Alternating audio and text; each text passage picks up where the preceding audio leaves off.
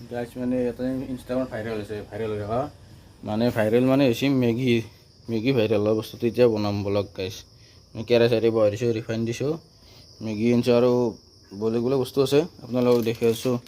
মানে ইনষ্টাগ্ৰামত ট্ৰেণ্ডিঙত চলি আছেতো ভাবছোঁ অলপমান ময়ো বনাই চাওঁ কেনেকুৱা হয়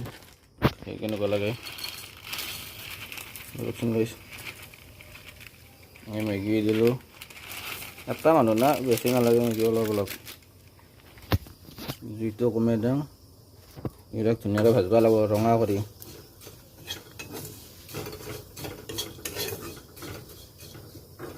ৰঙাকৈ ধুনীয়াকৈ ভাজিব লাগিব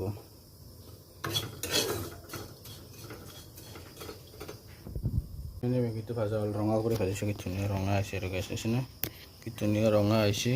বলক আৰু আমি এতিয়া ধুনীয়াকৈ বাকী কি বস্তু আছে চব ফান্তি বস্তু আনি পেলাই আপোনালোক দেখাইছোঁ বলক কি ধুনীয়া আৰু মজা ৰঙা আহিছে আৰু গাইছ মিমি আনিছোঁ এই মিমি দিছোঁ আৰু বিলাহী চিলাই দিম পিঁয়াজ দিম আৰু বলক গাইছ চব ঠিক কৰি লৈছোঁ এই বনাইছোঁ ইনষ্টাগ্ৰামত ভাইৰেল হৈ থকা গাইছ ৰেচিপিটো আমিও বলক আজি আমিও খাম আপোনালোকক চাই থাকক আপোনালোকক দেখি আছোঁ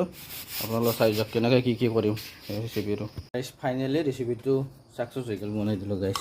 ধুনীয়াকৈ মছলা পাতি দিছোঁ ভিনেগাৰ চিনেগাৰ চব দিছোঁ চাইজ ফাইনেল হৈ গ'ল আৰু কিবা কিবি দিয়ে বিলাহী দিব পাৰি তিয়ঁহ দিব পাৰি বিলাহী তিয়ঁহ যিহেতু ঘৰত নাই যে চিম্পুলকৈ বনাইছোঁ বলকচোন গাইছ কেনেকুৱা লাগে খাই চাওঁ ভাজা লৈছোঁ ভাজা দিছোঁ